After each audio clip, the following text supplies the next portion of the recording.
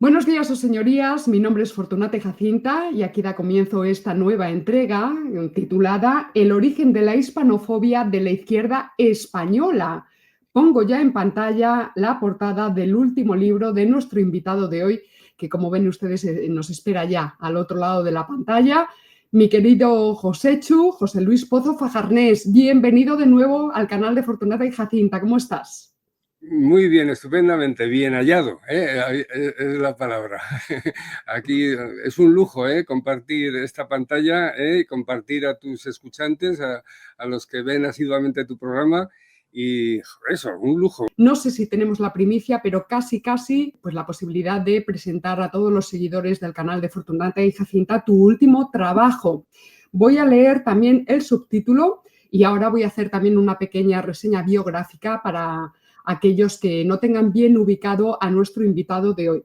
Pero bueno, como hemos dicho, es un tema que nos interesa mucho. También a los seguidores que nos escuchan desde el otro lado del Atlántico, el origen de la hispanofobia de la izquierda española, cómo la izquierda española abrazó el desprecio hacia España, su historia y su legado. Un análisis revelador de los orígenes ideológicos, las tergiversaciones históricas y las consecuencias de una narrativa que sigue dividiendo a la sociedad. Pero bueno, José, antes de nada, como decía, vamos a hacer una pequeña reseña biográfica. José Luis Pozo Fajarnés es doctor en filosofía por la Universidad de Oviedo. Estoy leyendo directamente la pequeña nota biográfica que ha incorporado la editorial Secotia, que también le sonará a nuestros seguidores porque es la editorial de Humberto Pérez Tomé, es decir, es mi editor del grupo Almuzara. Tenemos que aprovechar también para agradecer su interés y su generosidad, su valentía a este editor que está abriendo su línea editorial a estos temas tan candentes. Bueno, entonces continuamos. José Luis Pozo Fajarnés, licenciado en Filosofía y en Antropología Social y Cultural por la UNED.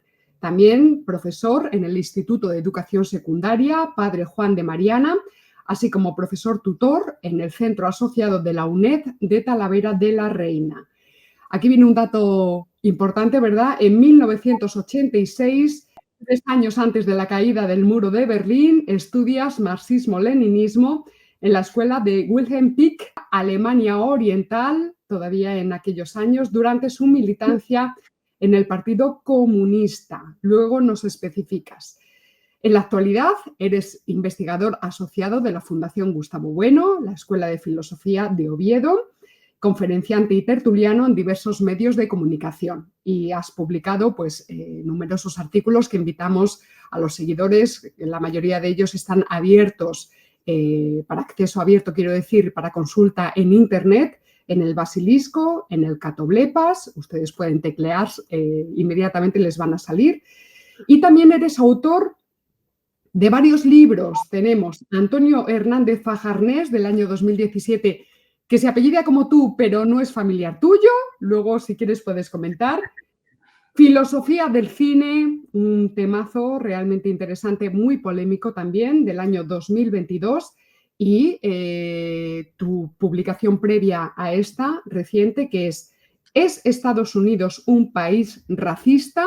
Bueno, querido Joséchu, entramos en harina. Podemos Bien. comentar previamente, bueno, pues así, abuela pluma, estos títulos que acabo de leer, tus últimos libros, pues son temas realmente polémicos, levantan muchísima controversia.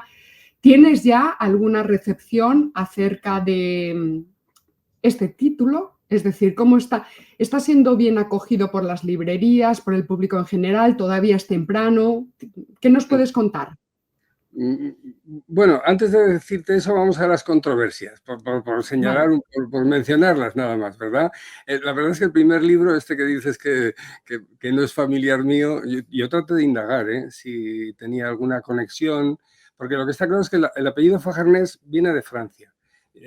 Yo nací en Zaragoza y vía materna, perdón, mi madre, aunque era de Bilbao, nacida en Bilbao, su abuelo era de Huesca, tenía una fonda muy famosa en Huesca, la fonda Fajarnés, pero vamos, conocidísima, bueno, hace 100 años. Pero vamos, que cuando yo era joven mucha gente se acordaba de esa fonda que había en Huesca. Y este señor pues es oriundo de Zaragoza también, nació en Zaragoza, Antonio Hernández Fajarnés, escolástico, neoescolástico, uno de estos católicos o ¿cómo les llamaban? Curas de levita, pues como Menéndez Pelayo, ¿no? Bueno, amigo de Menéndez Pelayo, por cierto. Bueno, y entonces su familia es oriunda de un pueblo de Huesca también, de Monzón, y yo consulté los fes de bautismo y tal, y no llegué hasta muy poco atrás porque ya sabes que la guerra civil hizo estragos en los archivos de las iglesias, por cierto. Entonces no hubo forma ni en el centro de Zaragoza, que es donde él estaba bautizado, bueno, en Monzón desde luego que nada, imposible, y las mías tampoco de Huesca, o sea, no hubo manera. Bien, este no tiene polémica porque la verdad es que a los únicos que les interesa la escolástica, últimamente que yo sepa, los escolásticos españoles de finales del 19, incluso de principios del 20, es a los de la Fundación Gustavo Bueno. O sea que fuera de ese ámbito, este libro pues no genera polémicas y tampoco en la escuela, desde luego, ¿no? El proyecto de filosofía en español, que es el de la recuperación de tantos y tantos filósofos, no filósofos, importantes pensadores médicos que a lo largo de los últimos 500, 600 años pues ha dado España, ¿no? Y que han pasado al olvido y que hay que recuperar. Este libro incluso está en el que estamos hablando ahora, está en esa misma línea, ¿no? Aunque sea indirectamente.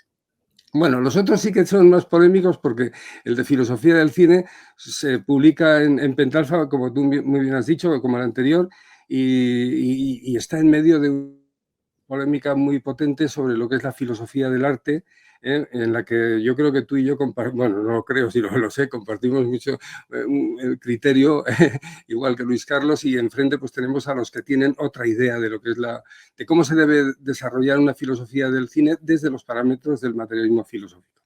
Bueno, ahí está la polémica, que esta es interna a la escuela. En relación al otro libro, que no es de Pentalfa, está publicado en Amazon, el de Estados Unidos. Está publicado en Amazon. Es verdad, sí, sí, porque sí. además quedamos así, el amigo este que me animó a escribir ese libro, yo nunca se me hubiera pasado por... Bueno, yo creo que ya lo he dicho aquí, incluso en tu canal, ¿verdad? Que no se me hubiera ocurrido escribir ese libro y me quitó muchísimo tiempo, bueno, ahí está, ¿verdad?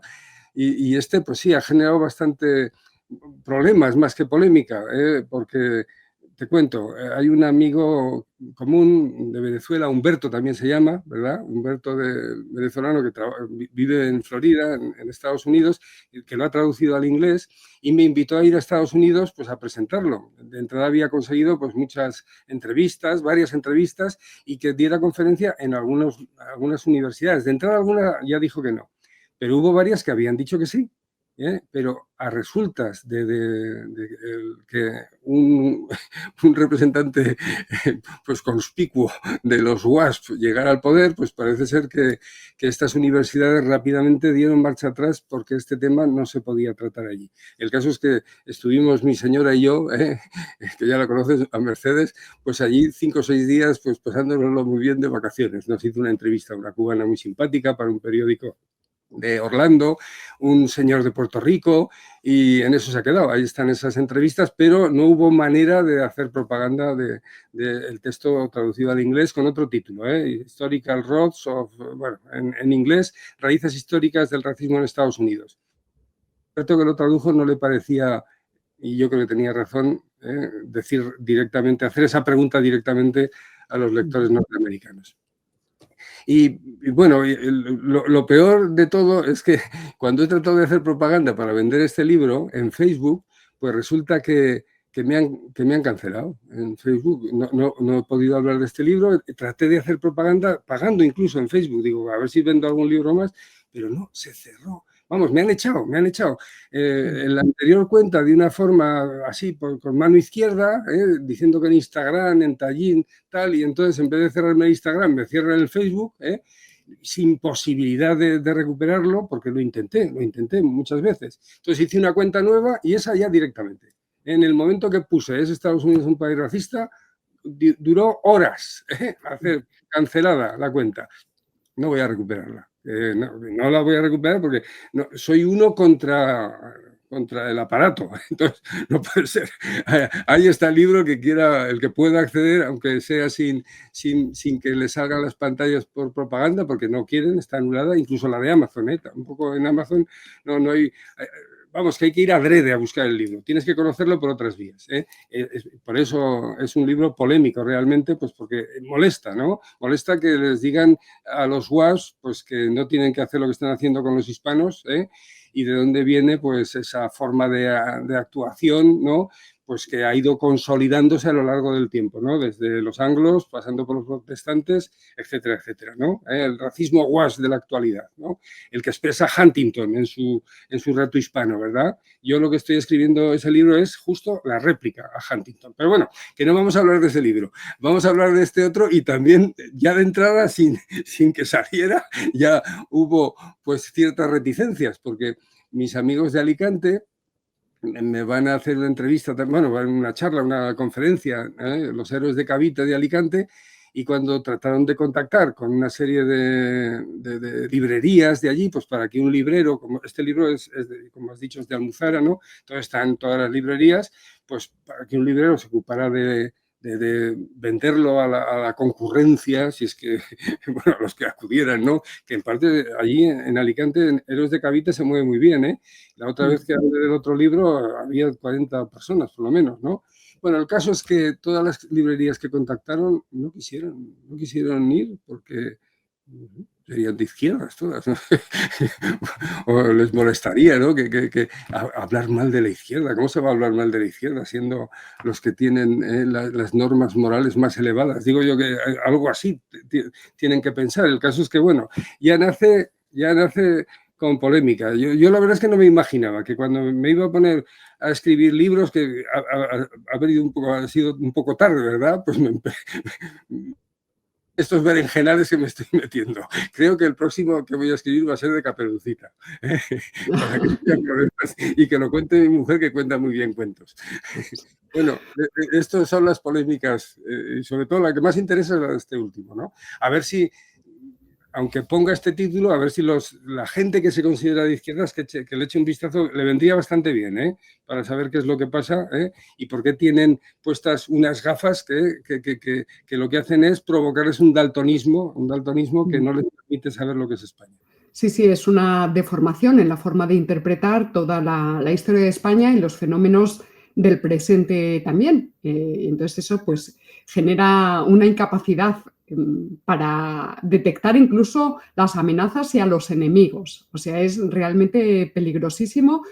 Desde luego, Joséchu, yo le tengo pillado algún truco ya a YouTube. Por ejemplo, la palabra racista efectivamente no se puede poner ni como palabra clave ni en el título de ninguna de las entregas, porque inmediatamente el algoritmo las va a detectar y va a cortar la emisión, va a darte los toques de ten cuidado porque al tercer aviso te podemos cerrar el canal. Entonces, bueno, pues después de 8 años yo voy aprendiendo más o menos los truquitos de YouTube. ¿Por dónde quieres que empecemos? ¿Te parece que introduzca...? Por lo de antes que me has preguntado, ¿te acuerdas que has tocado lo del Partido Comunista? Igual podemos empezar por ahí y luego ya me dices por dónde quieres que empiece. A ver, que tú estuviste por ahí. A ver, ¿qué pasó? Eso es. Bueno, ahí lo que pasó es que yo estaba en el Partido Comunista, del Partido Comunista PC era. Yo estaba en la universidad, yo entré a la universidad después de hacer la mili y tal. Yo siempre he sido un poco viva la Virgen, vamos a decir, cuando era joven, ¿no? Hice muchas cosas, di muchos bandazos, y cuando acabé la mili, pues también empecé a estudiar en la universidad, no había empezado antes. Y empecé en la Escuela de Ingenieros Técnicos. Quería hacerme perito, quería hacerme ingeniero técnico, acabar rápidamente y tener dinero. Por eso yo cuando estudié antes siempre estaba trabajando. Yo digo que uno no puede dedicarse al placer si no tiene perras, y como en casa no había muchas, yo desde muy jovencito, a los 12 años empecé a barrer el taller de mi hermano, y luego fui un montón de años pues camarero en la Facultad de Filosofía, varios cursos, en la de Derecho, y bueno, después de la mili... estando en la Escuela de Ingenieros Técnicos de Zaragoza, en la de UITI, pues me captaron los comunistas, una pareja de comunistas, un chico que se llamaba Alejandro y Palmira, ¿no? Un nombre muy bonito, por cierto, y allí pues me liaron y me hice del partido. Yo me hice del partido del PC. Yo estaba siempre muy abierto a nuevas ideas y a relacionarme con la gente. La verdad es que he sido siempre de tendencias gregarias, vamos a decirlo, en general. Bueno, pues yo creo que por mis características rápidamente pues decidieron que yo tenía que formarme, ¿no? Formarme pues para ser dirigente del partido. Vamos a ver, para ser dirigente del Partido Comunista, y esto tiene... O sea que aquí no estamos metiendo una morcilla, estamos diciendo cosas que están en el libro. Para formar partidos comunistas, dirigentes comunistas, la verdad es que esa idea no estaba en Marx, ¿no? La idea del Partido Comunista de Marx, del Manifiesto del Partido Comunista de 1848, es que pues, los obreros que están trabajando en una fábrica pues están ahí todos juntos, pueden hablar entre ellos, pueden darse cuenta de que están explotados y entonces formar un partido, pues no se sabe cómo, pero parece que podría ser una cosa asamblearia más bien que organizativa, ¿no? Y que harían la revolución. Bueno, Marx se dio perfectamente cuenta de que eso que pensaba que iba a pasar, que era la foto finish que estaba haciendo en Inglaterra, eso no funcionó. Bueno, si no lo sabe la gente, nunca ha habido una revolución marxista tal y como las había planteado Carlos Marx. Nunca se ha dado una revolución proletaria. Y eso que una tercera parte de la humanidad en los años 60, 70 eran comunistas. Se habían hecho comunistas no como había dicho Marx. Se hicieron comunistas los primeros como dijo Lenin. Y esto es lo que tiene que ver con la formación de los dirigentes. Lenin lo que propone es la formación del partido, un partido que no es el de Marx, sino que es un partido de nuevo tipo. Un partido en el que tiene que haber una cabeza visible, en el que tiene que haber un secretario, en el que tiene que haber un representante, un responsable de propaganda, y eso, cada célula, la idea de célula no estaba en Marx, la célula del partido, ¿verdad? Y esas células, además, pues no se tienen que conocer entre sí, una conoce a otra, pero bueno, es el aparato revolucionario de Lenin, que no es marxismo, es marxismo-leninismo, ¿verdad? Una vez que toman el poder en la Unión Soviética, lo que se dan cuenta es que tienen que ampliarse a esas otras zonas que habían desarrollado su teoría nacional. Esto dan para mucho. Bueno, yo tengo una charla sobre la cuestión nacional y cuál es el origen, ¿no?, de la cuestión nacional. Cuestión nacional que es el problema de Ucrania en la actualidad, ¿no? Ucrania no sería una nación si Lenin y luego Stalin no le hubieran dado pues las razones de por qué son una nación, porque los ucranianos eran más rusos que los rusos.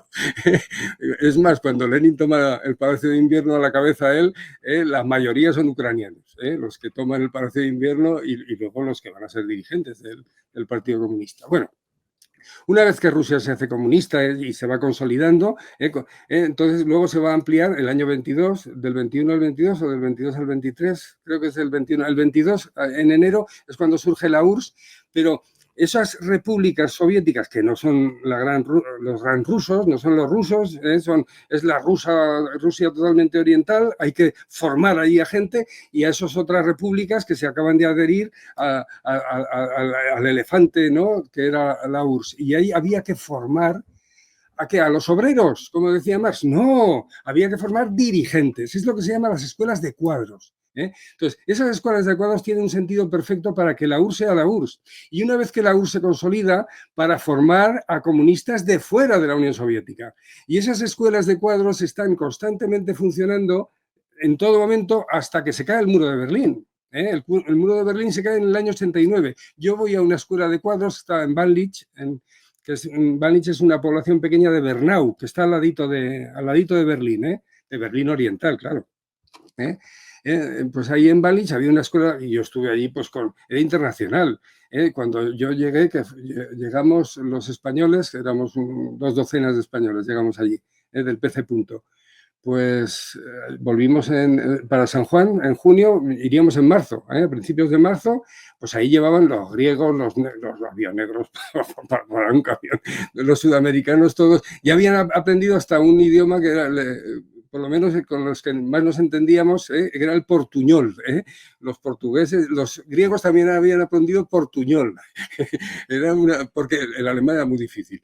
Entonces, esa especie de lengua franca que habían inventado portugueses, brasileños, españoles, hispanoamericanos y tal, pues se había convertido en lengua franca y nosotros nos la aprendimos en una semana, porque eran 4 palabritas. Bueno, pues yo me formé en esa escuela de cuadros de Balich y ¿qué estudié? Pues lo que estudiaba cualquier comunista, comunismo científico. Bueno, el comunismo científico tiene origen, lo cuento también en el libro, en Engels, le llama socialismo científico. O sea que de esto tenemos que hablar, ¿no? Que el socialismo, el comunismo es una ciencia, es algo que es determinista, algo que, como las matemáticas, para que nos entendamos, ¿verdad? Luego, economía política también había que estudiar, ¿no? Sobre todo estas serían las 2 asignaturas más importantes, economía política, filosofía marxista-leninista y comunismo científico. La filosofía marxista-leninista es el materialismo dialéctico y el materialismo histórico, sobre todo el libro, un famoso libro que se llama como uno de los premios más importantes de Estados Unidos, el Pulitzer, que teníamos, por ahí tengo todavía mi Pulitzer, desde cuando tenía 20 y pocos años. Bueno, pues yo me formé en esa escuela de cuadros y cuando yo fui allí estaba convencido de que eso era, y eso que la RDA de todas maneras no era Rusia, ni eran otros países, estaba muy mimada, porque en Berlín Occidental, pues ahí tenía las cámaras, vamos, las ondas televisivas llegaban a todos los sitios, entonces tenían que mimar a la población pues para que no se fueran en masa. Se iban muchos, ¿verdad?, cruzando el muro, jugándose la vida, como todos sabemos, pero para que no se fueran más era la zona más mimada, ¿no? La nación más mimada de los comunistas. Sin embargo, pues había lo que había, ¿eh? Una falta de color, una falta de... Cuando ibas a comprar un pastel, pues el pastel del día, hoy no hay chocolate, hoy solo hay café con leche, este tipo de cosas. Era lo que llegaba porque la producción estaba perfectamente organizada, pues como los planes quinquenales a menor escala, ¿no? Pues en la RDA, ¿verdad? Y aunque se veía que no tenía la alegría que podía tener la España de la época, sin embargo yo estaba convencido que eso era lo mejor, que eso era lo mejor para toda la humanidad. Estaba totalmente subyugado. Lo que no me creo, por ejemplo, es lo que pasa con alguien que seguro que la mayoría de ustedes conocen, que es con Ferlosio, con Chicho Sánchez Ferlosio, no el Ferlosio del Jarama, que por cierto hablo de él en el libro, porque es uno de esos que dicen que odia a España, lo dijo además de una forma absolutamente vehemente. Bueno, pues Chicho Hernández Ferlosio era comunista también, pero era comunista pro-albanés. Y este dice que cuando llegó a Albania se dio perfectamente cuenta de que eso era un desastre. Yo creo que él tenía sus ideas, bueno, no deja de ser hijo de quien era, ¿no? De Sánchez Mazas, ¿verdad? Los dos. O sea que supongo que en casa, pues las ideas que no eran comunistas, pues estaban ahí, aunque él reaccionara, ¿no? Contra su padre, incluso contra los demás de la familia, ¿verdad?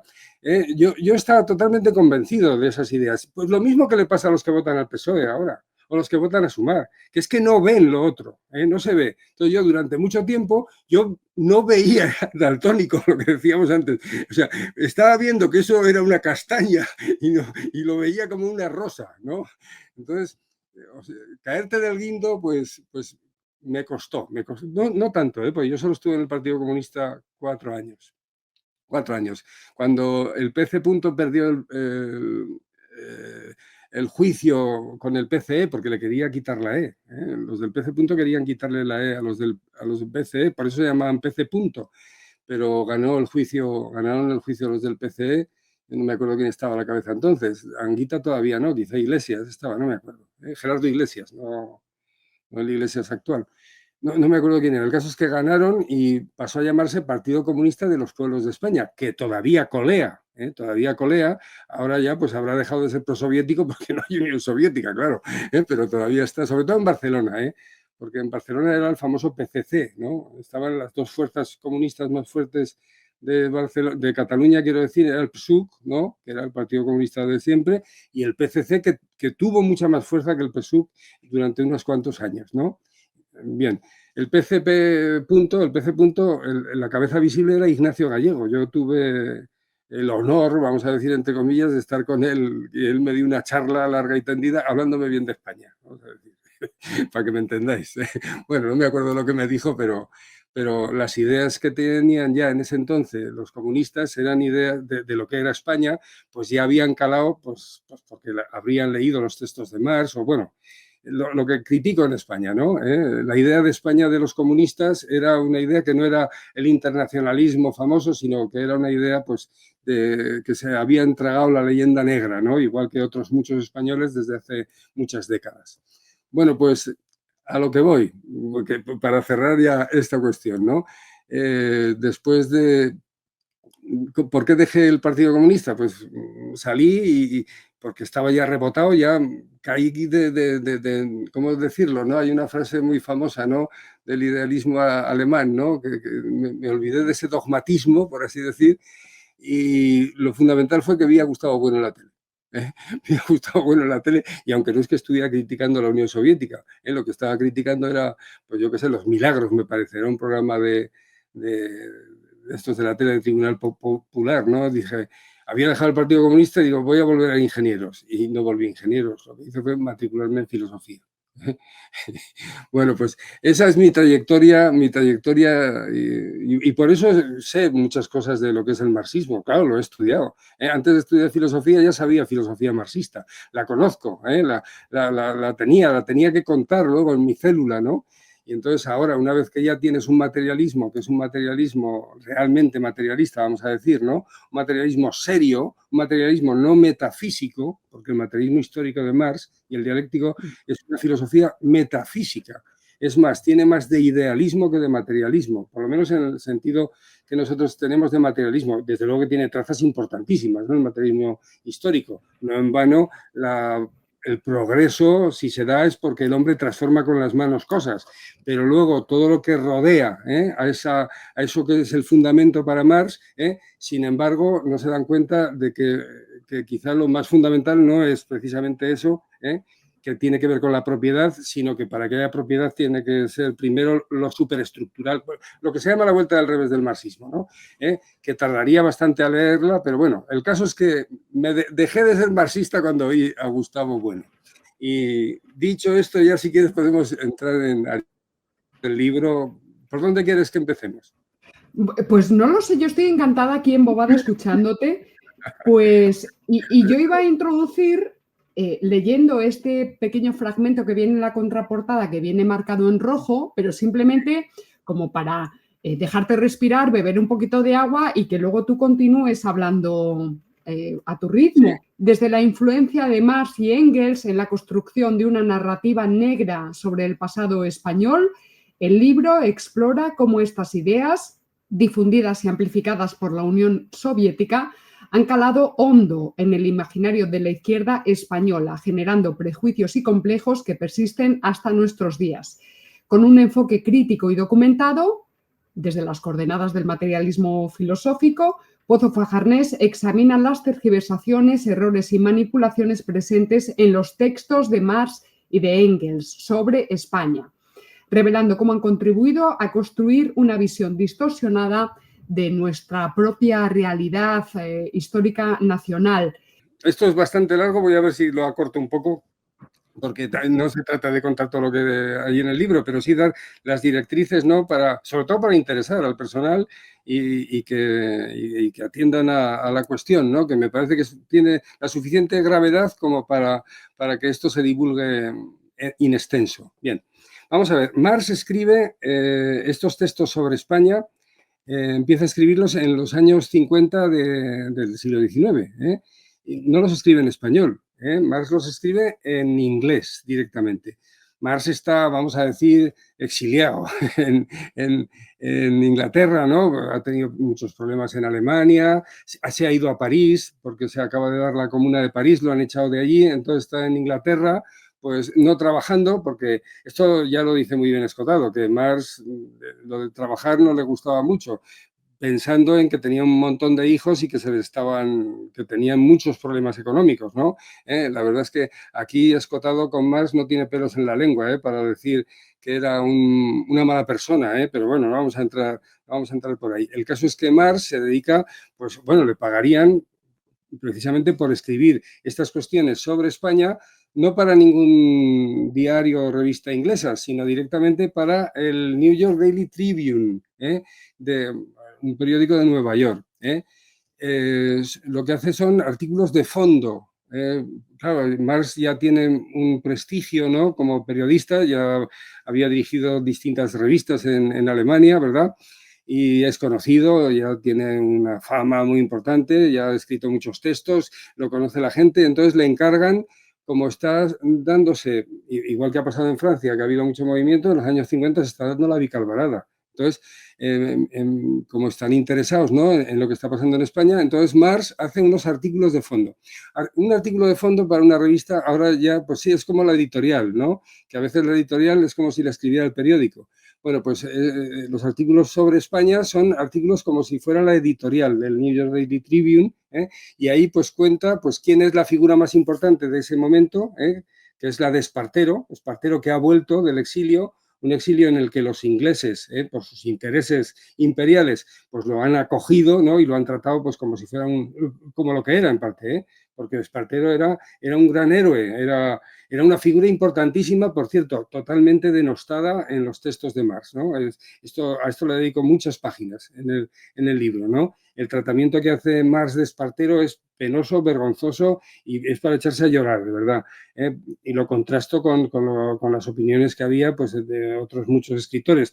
Yo, la verdad es que si yo escribí sobre este tema, tengo que mencionar a Gustavo Bueno Sánchez, porque es el que me animó a estudiar los textos de Marx sobre España y también pues, lo que decían pues, los distintos periodistas de la época, ¿no? Igual que los que habían escrito sobre Marx. Segundo Flores, nada menos, que tiene 4 tochos así de gordos que me tuve que leer y que Marx dice que se leyó. Segundo Flórez es un esparteriano, no voy a decir esparterista, que parece que sea el partido de los comunistas polacos, ¿no? Es un señor, un defensor, ¿no?, de la figura de Espartero, que dice Marx que ha leído todos los libros, pero no dice nada de lo que dice Segundo Flórez. No, ahí lo que dice Marx de Espartero es lo que dice, ni siquiera Marliani es el que más cita, Manuel de Marliani, que también es un defensor de Espartero. Yo creo que la idea que tiene de Espartero viene de Sulte y de Hughes o directamente de él, pues por generación espontánea, pensando en que es un señor que está en contra del pueblo, ¿no? Y se lo imagina, y entonces pone a caldo a Espartero. Bueno, pues a lo que vamos. El Tribune le encarga a Marx pues, que diga quiénes son los españoles, para entendernos, y por qué ahí se da esa situación en España.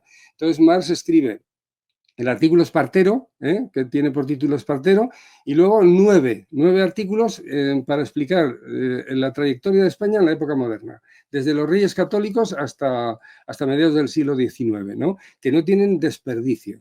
Claro, para hablar de España ahí, lo que hace Marx es leer a estos autores que he dicho y entonces ahí suelta una serie de lindeces, una serie de barbaridades, una serie de falsedades, de mentiras, que él las ha leído. ¿En quién? ¿En quién ha leído esas falsedades y las mentiras? En los que mencionaba antes, en enemigos de España, en esos famosos hispanistas que desde siempre ha dado nuestra tierra, ¿no? En nuestra tierra hay mucha gente que se ha dedicado a hablar de su historia y tal, pero desde luego que en aquella época e incluso en esta, siempre para hablar mal, que son hispanistas tal, y los españoles nos llevamos 200 y pico años tragándonos las falsedades históricas que nos cuentan esos hispanistas, ¿no? Como Hughes, como Sutley, como Manuel de Marliani, por ejemplo, y tantos otros, incluso españoles también, que hablan de España, pero porque tienen ya una idea afrancesada, ¿verdad?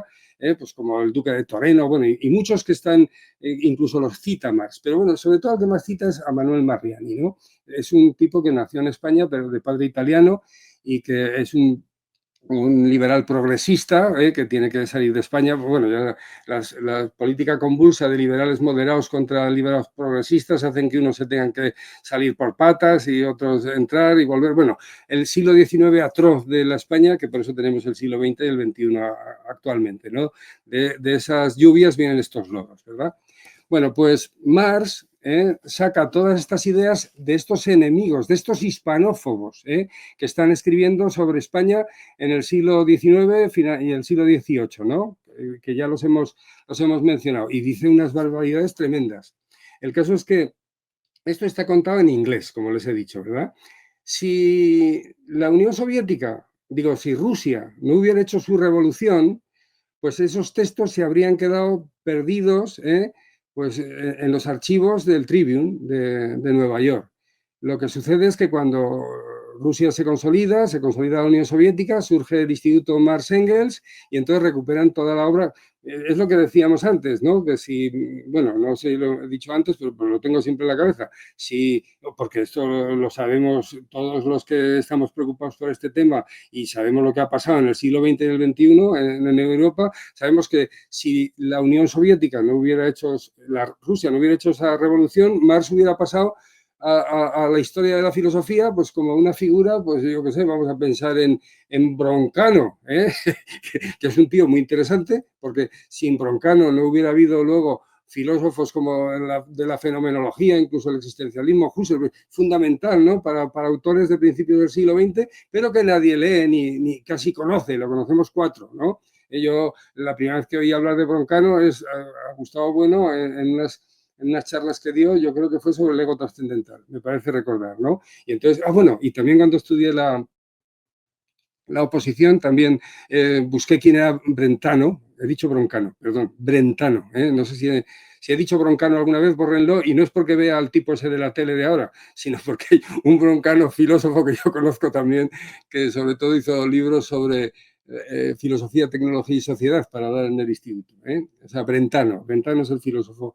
Bueno, pues Marx hubiera pasado sin pena ni gloria, pero Marx, claro, se recuperan todas sus obras, todo el mundo ya lee a Marx, y una de las obras que se recuperan son estos artículos de fondo que había escrito Marx para el Tribune y que se vierten al español 70 años después de haber sido escritos por primero era comunista, estalinista, que se llama Andrés Nin, luego pues dejó de ser estalinista, se hizo trotskista, ¿verdad? Y bueno, acabó bastante mal, Andrés Nin, porque estando en la guerra civil a la cabeza del POUM, o del PORE, no me acuerdo de qué, creo que era el POUM, había muchos partidos trotskistas. Entonces, lo que unos mandados de Stalin, pues como Mercader en México, lo cogieron por banda y lo desollaron. Lo mataron, le pelaron vivo. Fue terrible, ¿no? Estas cosas que conocemos, y eso es fidedigno, ¿eh? La muerte de Andrés Nis fue una muerte terrible, ¿eh? No sé, querrían sacarle alguna información, ¿no? De ahí el desuello. Bueno, pues Andrés Nin es el que lo traduce, lo vierte al español, y hay otro personaje comunista, incluso tan interesante, más interesante que Nin, que es el que cuando lee la traducción de Nin dice, esto hay que arreglarlo, porque aquí está diciendo unas cosas. Es que en ese entonces los comunistas no eran hispanófobos, no odiaban a España en esa época, ninguno, ni Azaña siquiera, vamos, ninguno, ¿no? ni Carrillo en sus primeros años, ¿no? No había un odio a España, no se sabe cuándo empezó esto, ¿no? A cuajar. Bueno, luego lo decimos. El caso es que este señor, que hace 70 y tantas anotaciones, a un texto muy pequeño, porque solo es lo de Espartero y los 8 primeros artículos de Marx, porque el 9º artículo no sale a la luz hasta una edición que hace Pedro Rivas en la editorial Trota, y ahí aparece por primera vez el 9º artículo sobre España. Bueno, pues lo que hace Genaro Artigas, pues es con una sutileza enorme, pues arreglar muchas, no todas, muchas de las atrocidades que había señalado Marx, ¿verdad? Esto es el año 29.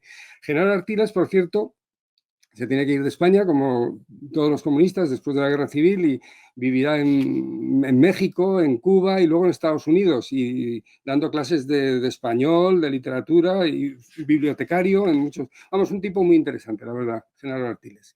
Bueno, ¿qué sucede después del 29? Bueno, después del 29 viene la Segunda República, viene la Guerra Civil, los primeros años de posguerra, y el año 60 es la segunda vez que aparece, bueno, luego hay otras ediciones en Cuba y tal que están por esas fechas, ¿de acuerdo? Pero bueno, vamos a las españolas solo.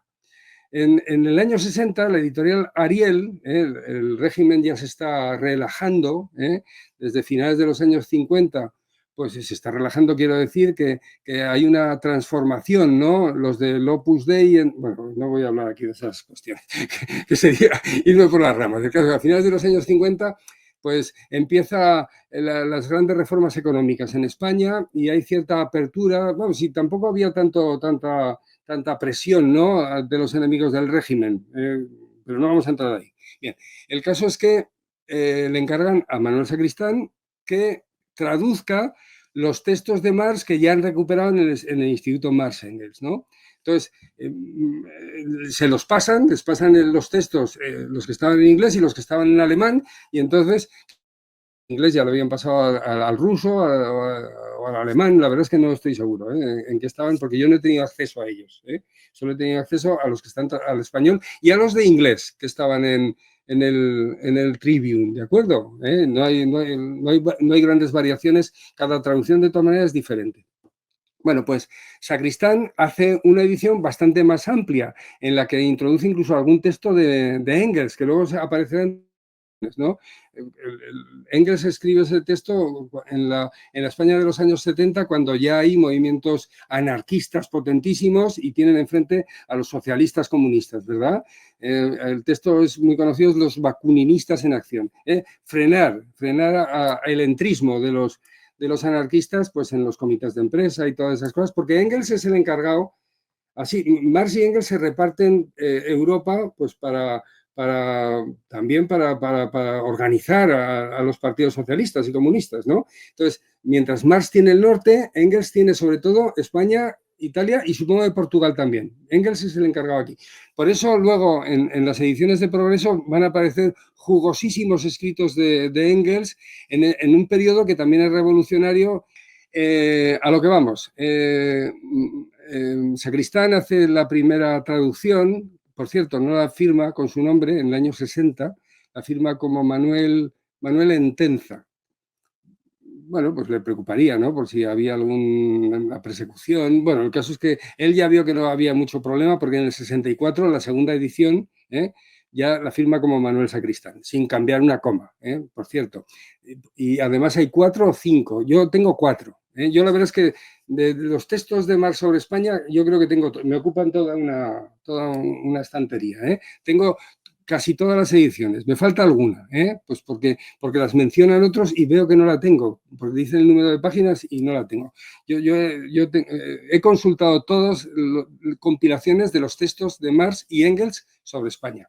Bueno, ¿qué dice Sacristán? Y aquí empieza el lío, ¿no? Porque aquí es cuando ya la izquierda parece que ya está tomando una postura, ha ido cuajando una idea hispanófoba que además tiene mucho que ver también con el enfrentamiento de lo que había sido España, porque España, queramos o no, había sido un imperio católico y el catolicismo había tenido una gran influencia, seguía teniéndola en España, y entonces los enemigos de ese catolicismo, la verdad, pues de entrada, otros filósofos alemanes, que son los que cuando penetra el idealismo alemán en España, pues es a finales, desde los años 60 del siglo XIX, que es el krausismo. El krausismo es, por definición, anticatólico, ¿verdad? Y ser anticatólico en ese momento es ser antiespañol. Y eso es así. Y cuando se va a formar Ortega y Gasset, de Ortega y Gasset también hay algunas páginas dedicadas en el libro precisamente para decir esto, Ortega y Gasset se forma en Alemania en un ideario que también es antiespañol y que lo había sido desde hacía 500 años. Porque la confrontación de Europa, para que se conformara Europa tenía que ser contra España. Y se conforma también en otra batalla, que es la del protestantismo contra el catolicismo español. Hablar de choque religioso y hablar de choque de imperios es hablar casi de lo mismo. Y cuando hay una crítica a lo católico, estamos haciendo en esos años, ¿no? Incluso diríamos ahora, ¿no?, con este laicismo que hay, es una crítica a lo español. ¿De acuerdo? Bueno, esto habría que desarrollarlo bastante, pero no es cuestión de... Pero sí, saldrá el asunto. Bueno, a lo que vamos. En los años 60 ya, Entenza, iba a decir, Sacristán ya se muestra como un enemigo de España, un comunista enemigo de España. ¿Por qué? Porque de entrada, él traduce el libro y las notas que había expresado Artiles las rechaza absolutamente todas. ni siquiera lo menciona, que es el que a mí más me interesa, General Artiles, porque es el que lima toda esa hispanofobia o ese negro legendarismo de Marx. Sin embargo, lo que dice el propio Sacristán, ¿no?, en Tenza, en el año 60, cuando comenta la anterior traducción, es que él no le interesa la traducción anterior y solo habla de Nin, no menciona a General Artiles, ostracismo total, ¿no? Estaba cargada por un infantilismo hacia España, una idea de España infantil, ¿no? Y sesgada, totalmente sesgada. No es este el término, ahora no me acuerdo de cuál es el término que utiliza, como diciendo que estaban enamorados de España los que habían hecho la traducción anterior, y uno no se puede enamorar de España. Lo que hay que hacer es sacar a la luz las cosas que ha dicho Carlos Marx. Esto es lo que hace Manuel Sacristán con su traducción, que no hace ninguna nota, y las notas que hace es para decir en inglés en el original o en alemán en el original. Bueno, pues estas traducciones de Sacristán, muchas, ¿no? Paralelamente en otros lugares de Hispanoamérica. Pero ahora viene lo que añade, y que por eso los enemigos de España, los hispanófobos, no solo son Marx y su primer epígono, Engels, y el que acabamos de mencionar, Sacristán, sino que van a ser los soviéticos. Los soviéticos hacen una primera edición de los textos de Marx que se parece mucho a la de Sacristán, pero que no es la misma. Y que además no ponen quién la traduce. Claro, esto es muy soviético, ¿eh? Vamos a pensar, por ejemplo, en el cine soviético. Si nosotros vemos una película de Eisenstein, pues Octubre o la de Potenkin, ¿no? Pues ahí no hay protagonistas. ¿Por qué? Pues porque el comunismo está en contra del individualismo. El pueblo, ¿no? El pueblo es el protagonista, el grupo, ¿verdad? Bueno, pues aquí igual, la traducción la hace el pueblo ruso. Aunque haya sido un señor, lo hace el pueblo ruso. No pone en ningún momento quién hace la nueva traducción, ¿no?, de todas las ediciones que va a sacar a la luz la editorial Progreso. En las dos primeras solo aparecen 15 notas. 15 notas a pie de página, es mucho más amplia, porque aquí es donde aparecen todos estos textos de Engels organizando a los comunistas y socialistas comunistas de los años 70, ¿verdad? Bueno, pues todas estas notas son para abundar en las barbaridades que dice Marx. Si Marx 20 veces que España era un imperio colonialista, pues entonces los soviéticos se tratan de atornillar más en el colonialismo español. Vamos a ver, esta idea de colonialismo en Marx en el mismo texto dice que Colonia solo puede tener un capitalismo desarrollado. Nos está diciendo un montón de veces en muchas páginas que España no es un capitalismo desarrollado. Entonces, ¿por qué dice luego que es un país colonialista? Es absurdo. Son las múltiples contradicciones en las que haciendo una lectura seria, ¿no?, de los textos de Marx sobre España, o incluso de otros textos de Marx, uno se da cuenta de la poca enjundia, bueno, de las contradicciones en las que Marx cae, en la borrosidad de sus argumentaciones, en que no hace aclaraciones de sus ideas. Por ejemplo, si nosotros vamos a buscar qué es una clase en Marx, pues lo tenemos muy crudo, muy crudo, porque no sabemos en ningún sitio de los textos de Marx, de todos los que he leído, y además aquí también me apoyo en Escotado porque piensa lo mismo, en ningún sitio podemos decir qué es lo que entiende Marx por clase, ¿no? Además, apoyándome también en este señor, ¿no?, que de Marx sabía bastante, ¿no? Cuando Marx habla de clases parece que esté hablando más de castas, y una casta es algo que no puede variar en el tiempo, que los que nacen en una casta se mueren en esa casta. Sin embargo, cuando habla de clases sociales lo hace a partir de lo que él conoce más, que es la época del capitalismo, y en el ámbito del capitalismo nadie se queda siempre en la misma clase en la que nace, ni ahora ni en tiempos de Marx. O sea que es absurdo. La idea que tiene Marx de clase, desde luego que es absolutamente borrosa, confusionista, totalmente. Incluso el motor de la historia, unas veces dice que es la lucha de clases, otras el desarrollo de las fuerzas productivas, pero para que se desarrollen las fuerzas productivas no hay una revolución, es un progreso no revolucionario que se está dando a lo largo de todo el modo de producción.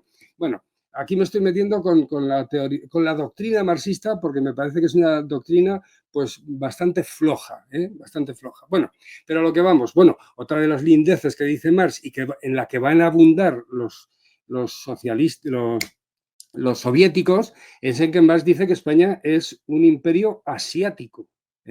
Un imperio asiático, que sobre todo el periodo de los Austrias, ¿no? Que los Felipes eran como si fueran, yo qué sé, ni siquiera zares, ¿no? Pues como, yo qué sé, shogunes de China, o yo qué sé, no sé cómo se llama el que manda en la India, no me acuerdo cómo es el emperador de la India, ¿no? España llama Marx llama a España un imperio asiático, ¿no? De ese estilo. Entonces, volvemos a lo de antes. ¿Cómo es posible que un imperio asiático tenga colonias para extraer materias primas? Esas materias primas solo son interesantes para una industria que es capitalista. Vamos, que es absolutamente contradictorio en sus explicaciones. Bueno, a lo que vamos, los soviéticos cuando hacen esas 15 notas en las dos primeras ediciones, lo que están es abundando en esas falsedades sobre España que las están leyendo constantemente pues un montón de tíos, mucha gente, porque es que el libro que más veces yo creo que se ha editado de todos los que ha escrito Marx, es que está editado lo menos 30 veces. Yo creo que es más que el manifiesto del Partido Comunista. Hay más ediciones de los textos de España de Marx con distintos títulos que de cualquier otra obra, por lo menos en español, quiero decir, que estén en español. O sea, que los ha leído muchísima gente. Y además que desde antes del año 2000 está en Internet. Y además que todas las cosas que se citan sobre España, si uno entra a Internet, esas citas están sacadas de textos de Marx. O sea, atrocidades negrolegendarias que están sacadas de lo que había dicho Marx. Y lo que dice Marx es lo que habían dicho esos autores que he dicho antes, que son los que lee para decir las atrocidades que no lee nadie. Yo soy el que lee a Marliani. Bueno, esto yo creo que ya lo he dicho. Sin embargo, todo el mundo lee lo que ha leído Marx. ¿Quién es más negro legendario? ¿Las fuentes de Marx o Marx? Marx es el negro legendario. Esta es mi tesis. Bueno, lo estoy diciendo demasiado alto, discúlpenme. Debe ser que uno cuando está en la escuela de Gustavo Bueno igual se le pega también un poco de vehemencia, ¿no? A la hora de decirlo.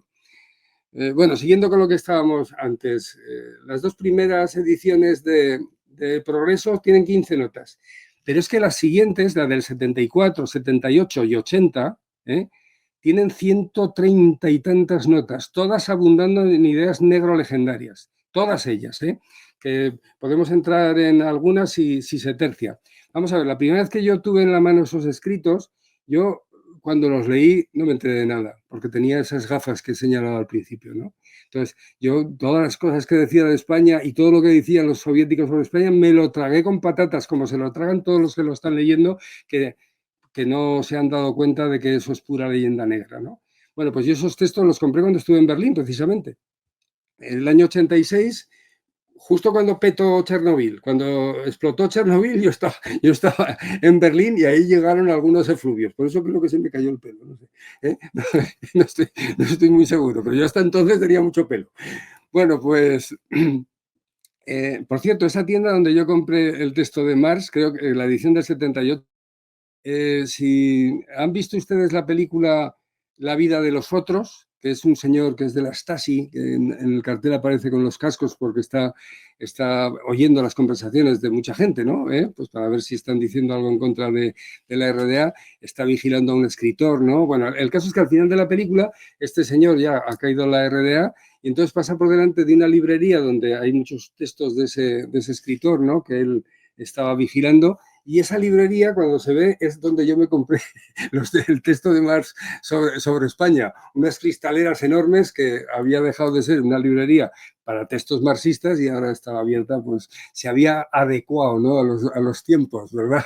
En cuanto cayó el muro de Berlín.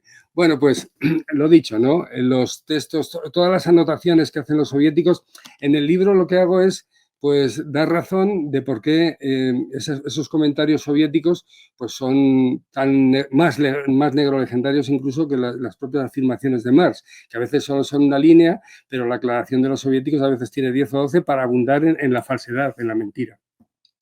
Bueno, hay una cuestión que toco que me parece muy interesante y si me permites, Paloma, voy a ir por ahí para que se vea que lo poco potente que en algunos aspectos es la doctrina de Marx, ¿no? Vamos a ver, Marx considera, igual que consideraba que las clases, pues como si todo el mundo supiéramos lo que son, sin embargo él no dice lo que son, ¿verdad? Cuando él habla de los modos de producción, modo de producción esclavista, modo de producción feudal. Entonces, dice que los que están subyugados, los explotados de esa época, en la primera son los esclavos, ¿eh? Y en el modo de producción esclavista, ejemplo, Grecia, Roma, ¿verdad? ¿No? Y la verdad es que cuando habla del modo de producción asiático, lo va a hacer después de los textos de Marx sobre España. El libro sobre el modo de producción asiático de Marx es posterior. Y yo creo que es que igual le preocupó esto que estaba afirmando España y dijo, vamos a estudiar a ver cómo funcionan los asiáticos.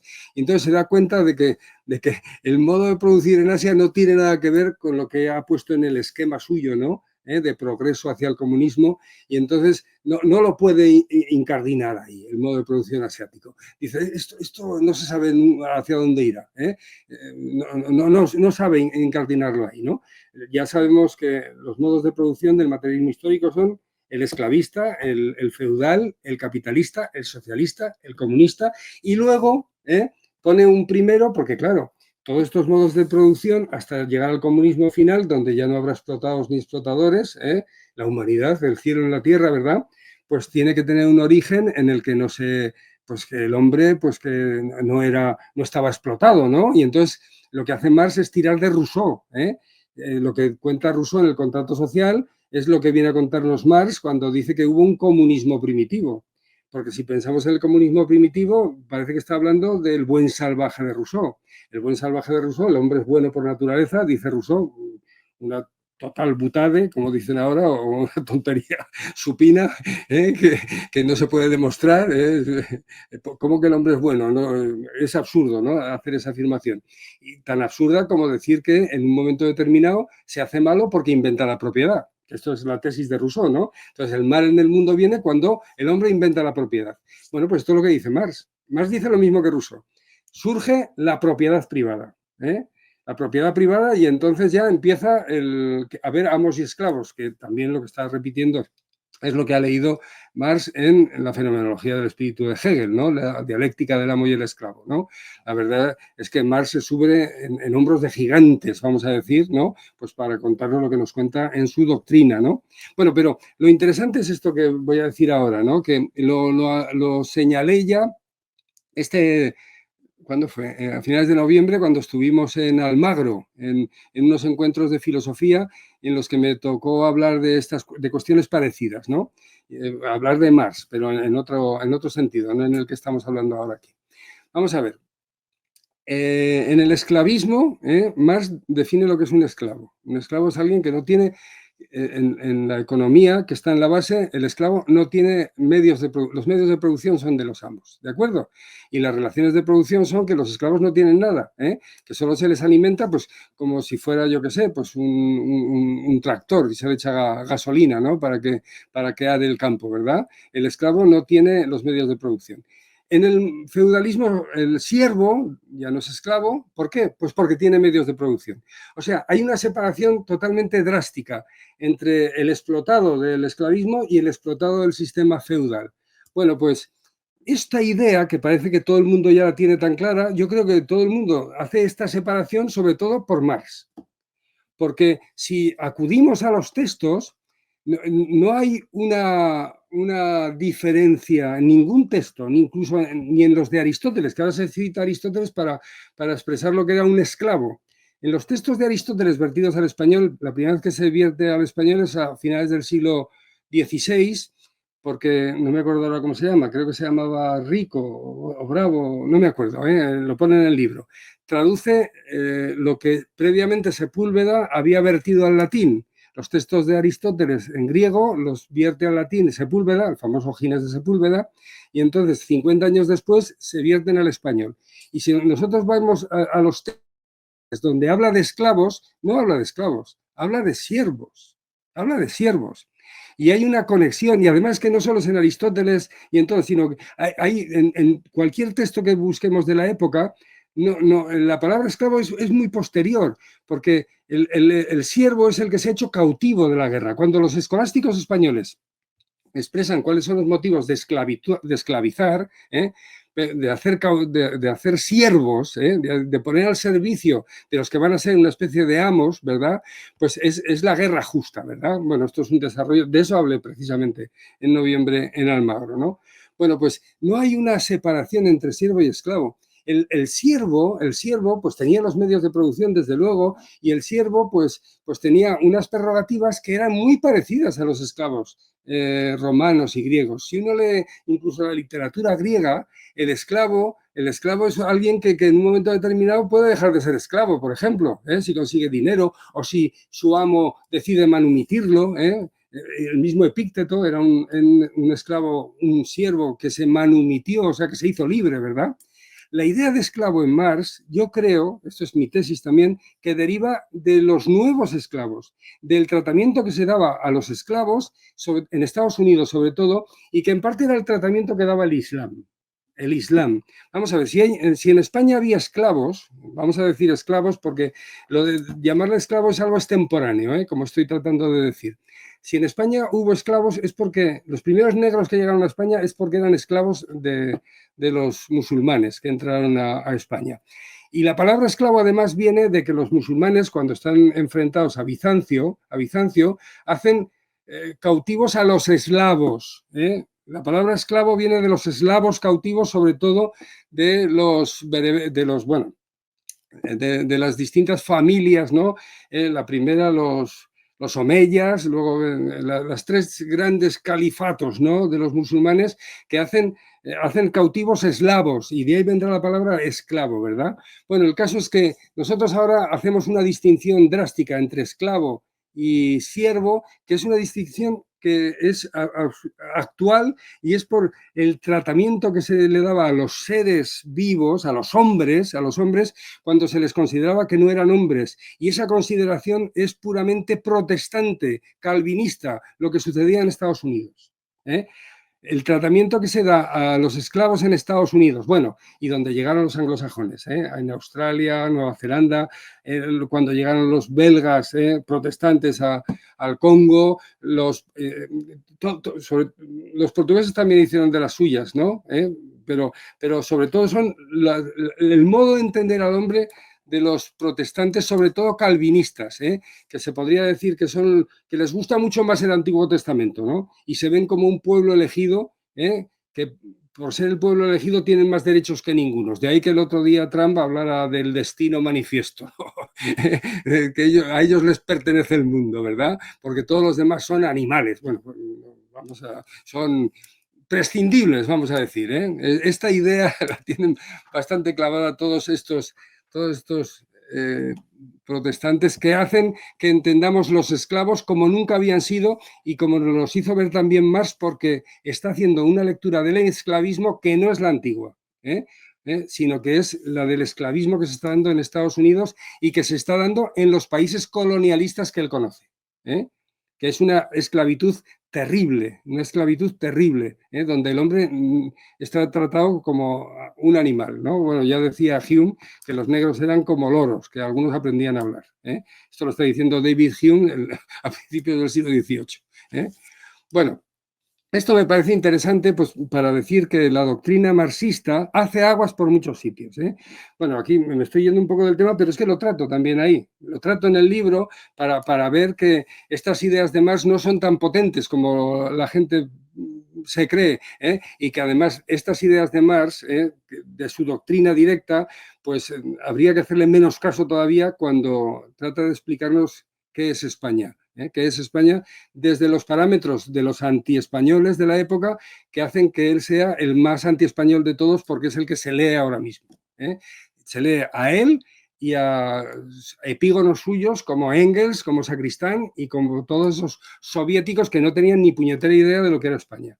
No sabían por qué en América hablaban español. Se debían de pensar que hablaban español por generación espontánea. Los americanos del otro lado. No sabían que era España ninguno, porque si no, no hablarían en los términos que hablan. Bueno, me he ido un poco por las ramas, pero no me he alejado de cuestiones que trato en el libro, no me he alejado. Y bueno, hay otras muchas. ¿Quieres que trate alguna cuestión en concreto? ¿Tienes por ahí? alguna Yo cosa. estoy, como pueden observar los espectadores, yo estoy encantada, yo estoy aquí como asistiendo a una clase magistral. Yo no tengo límite, pero que para que lo tengas en la cabeza, llevamos ya 1 hora y 10 minutos, por tanto, tenemos tiempo para desarrollar algún aspecto más que a ti te parezca interesante, hasta donde tú quieras. Mira, pues yo creo que como también de lo que se trata es de no contar tantas cosas del libro y que se lo lean, ¿verdad? Vamos a la última, que es la izquierda española actual, ¿no? Porque lo que llama la atención es, hombre, decir que los cineastas españoles, que los novelistas españoles que odian a España, que son negros legendarios, porque van de la mano pues, de los que también odian a España, que son los nacionalistas catalanes y los nacionalistas vascos, ¿no? Que la izquierda española sea definida, ¿no? Como la del Partido Socialista o la del Partido Comunista, aunque ahora ya solo queda una impronta del mismo, ¿verdad? Pues al apoyar, pues lo que están apoyando es la disolución de España porque les debe de importar un pimiento, ¿no? La patria, vamos a decirlo con mayúsculas, ¿verdad? Que es la España, la España que han construido nuestros antepasados para que nosotros vivamos en ella y que yo creo que tendríamos que cuidarla para que vivan los que vienen detrás de nosotros, porque si les dejamos una España desarticulada y desmantelada, pues va a ser una pelota de ping-pong en las manos de Trump, de la presidente de Alemania, de Inglaterra. Vamos, no vamos a pintar absolutamente nada en este mundo, ¿no? Como no seamos capaces de mantener, pues yo que sé, un mínimo de lo que es nuestro territorio para sacar y desarrollar la riqueza que sabemos hacerlo, que sabemos hacerlo. Bueno, ahora ha pasado lo del apagón, ¿no? Y se ha visto que España funciona pese a sus gobernantes, vamos a decir, ¿no? Pese a sus gobernantes. Bueno, la izquierda española, ¿por qué? ¿Por qué se hacen las películas que se hacen? ¿Por qué tenemos a unos señores que están copando las concejalías de cultura o incluso, no sé, los ministros de cultura, ¿no? O de educación y que tienen esta idea de España que nosotros estamos diciendo que no es la que tendrían que tener? Pues Marx, yo creo, yo estoy defendiendo que es una de los motivos. Hemos dado otros, ¿no? Pues la introducción, el krausismo, ¿no? Que se introduce a finales del siglo XIX. Esto lo dice muy bien Bueno, en algunos de sus artículos, tratando los dos focos, los dos alemanes, por cierto, pues de ideas antiespañolas, y menciona el krausismo y la filosofía de Ortega, que son todo filoalemanas, ¿no? Igual que los ingleses eran antiespañoles en el siglo XVIII, en el siglo XIX los franceses, ¿verdad? En el siglo XX son las ideas alemanas, sobre todo, las que están minando España.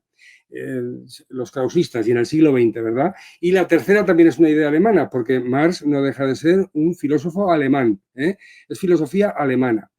La verdad es que la filosofía alemana es la que está marcando la pauta en este momento de la historia y por eso se ha borrado la historia previa, ¿no? Quieran o no, en el siglo XX teníamos pues las ideas de un alemán para dominar el mundo, que influyen en Hitler, ¿no? El alemán ese se llamaba Nietzsche, ¿verdad? Las ideas de otro alemán, pues hicieron una tercera parte del mundo comunista, que es Marx, pero al final ha vencido en las ideas, han vencido las ideas de otro alemán, han vencido a las de los otros dos alemanes, que son las ideas de Kant, ¿no? Las ideas de Kant son las que están ahora mismo, es la ideología de las Naciones Unidas, una ideología kantiana, y la ideología de los derechos humanos, una ideología kantiana, que es ahora mismo pues, la que está marcando la pauta del mundo y la pauta de la globalización, ¿verdad? Kant está teniendo la idea de globalización muy similar a lo que está pasando ahora, pero a pequeña escala, ¿no? En ese lugar donde él nace, que ve que los hombres en el puerto de Königsberg todos se aclaran muy bien, pero económicamente. Y entonces trata de llevar ese buen trato económico, dice, vamos a ver si lo consiguen hacer los estados, y de ahí vendrá la Sociedad de las Naciones de Wilson, que está en medio del mare magnum, ¿no?, de nacionalsocialistas, comunistas y kantianos, y que luego se consolidará una vez que se venza primero a los nacionalsocialistas y previamente vaya cayendo el marxismo, pues triunfará con la ideología de los derechos humanos, que incluso hasta los chinos y los indios lo van a terminar por aceptar, ¿verdad? Igual que han aceptado ya cómo se tiene que desarrollar la industria, ¿no?, y la economía. Bueno, Me he ido un poco, pero vamos a volver a coger el hilo. Hay una serie de señores que están haciendo películas y están hablando de España fatal, ¿verdad? O gente que trabaja en estos ministerios de cultura. Yo menciono a dos o tres, ¿no? Y además hablando sobre todo de los negros, ¿eh? De los negros andaluces. Dicen estos, tendría que mirar ahora cómo se llaman. Bueno, dicen que en España ha habido negros porque España era un país esclavista. Esto es otra mentira, una mentira que está expresada en los textos de Marx, ¿eh? Porque una de las cuestiones que tratan estos soviéticos mencionando, aclarando estas ideas que había señalado Marx, es que España es un país, un reino, habría que hablar de la idea de nación también, pero lo dejamos para otro momento. Un reino colonialista que lo que hace es hacer esclavos. Falso, falso. España no podía hacer esclavos porque además se había dividido el mundo a partir del Tratado de Tordesillas y por eso se quedó España, pues América partida por la mitad y Portugal, que era el otro que podía hacer navegación, se quedó con la posibilidad de ir a África y ahí lo que hizo Portugal fue dedicarse a hacer esclavos, porque el tráfico de esclavos, el comercio de esclavos era el comercio que más dinero daba, lo sabían por los musulmanes. Los musulmanes cuando iban en el siglo XVI y XVII a las costas españolas no era para llevarse el vino o yo qué sé, o los sacos de harina que hubiera, no, era para coger esclavos porque la mercancía humana era la más rentable. Esto lo sabía todo el mundo porque nos lo habían enseñado los musulmanes, los musulmanes que habían hecho también los primeros que hacen esclavos negros. En el momento que se introducen los camellos en el desierto del Sáhara, no había camellos antes, en el Sáhara, vienen desde la península arábiga, el comercio de esclavos se multiplicó y se multiplicó sobre todo con hombres negros que era la trata, se llamó siempre la trata, que empezó con estos musulmanes y por eso los negros entraron en la península. Bueno, pues lo que dicen estos autores, que yo los mencioné en el libro, es que España había hecho esclavos negros, que se había, y que además, gracias a Inglaterra, había dejado de ser esclavista España. Vamos a ver. Datos. Este dato no sé si está en el libro. Hay un momento determinado que Inglaterra, que está siempre tocándole las narices a España, ¿verdad?, toma la isla de Cuba durante un periodo muy corto. Pero Cuba se llena de negros, porque si a Inglaterra le interesa tomar territorios de ahí, es para vender negros para las plantaciones. Y durante ese periodo, Cuba se llena absolutamente de hombres negros, igual que se habían llenado antes pues, otros territorios, ¿verdad?, que iban arrebatándole a los españoles, pero sobre todo Cuba, ¿de acuerdo? Si en España hubo tráfico esclavista, esto ya lo he dicho en otros foros, es por una cuestión muy concreta, y con esto casi terminamos. Si en España, porque esto es una crítica que hacen también otros autores en tesis doctorales españolas, si en Sevilla hay un mercado de esclavos negros tremendo, Sevilla es un mercado de esclavos negros que le hace la sombra a Lisboa, es en un periodo muy concreto, que es el periodo en el que la corona española también tiene Portugal. Entonces, la corona española no es como la armonía española que vendrá luego con los Borbones, vamos a decir, la misma política, ¿no?, para toda la nación, para todo el reino y luego para toda la centralización, que no me salía la palabra, ¿no? La centralización borbónica no se daba en la época de los Austrias. No se daba con los reinos que eran españoles, ¿no? Navarra, Aragón, tal. Había una serie de fueros que todavía estaban respetados, en algunos casos se perdían, pues por cuestiones que pasaban. También hablo ahí de la cuestión de Antonio Pérez, muy interesante, un hecho negro legendario donde los haya. Bueno, pues Portugal, Lisboa, era el mayor mercado de esclavos desde finales del siglo XVI hasta principios del siglo XVII. Portugal pertenece a España, igual que respeta el rey de España los derechos de los distintos reinos que conformaban la unidad española, también tiene que respetar la forma de hacer economía de los portugueses. Y los portugueses siguen haciendo mercado de esclavos y además consiguen que Sevilla, al ser también, sea un mercado de esclavos. ¿Durante cuánto tiempo? Pues el tiempo que dura la corona española con Portugal dentro de ella.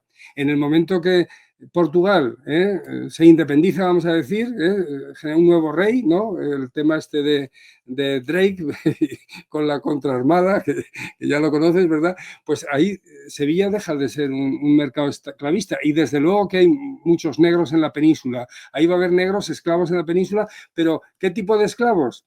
¿Como los americanos? No, pues como los siervos, siervos, porque es lo que decíamos antes. Hay tres palabras que son sinónimas: siervo, cautivo, esclavo.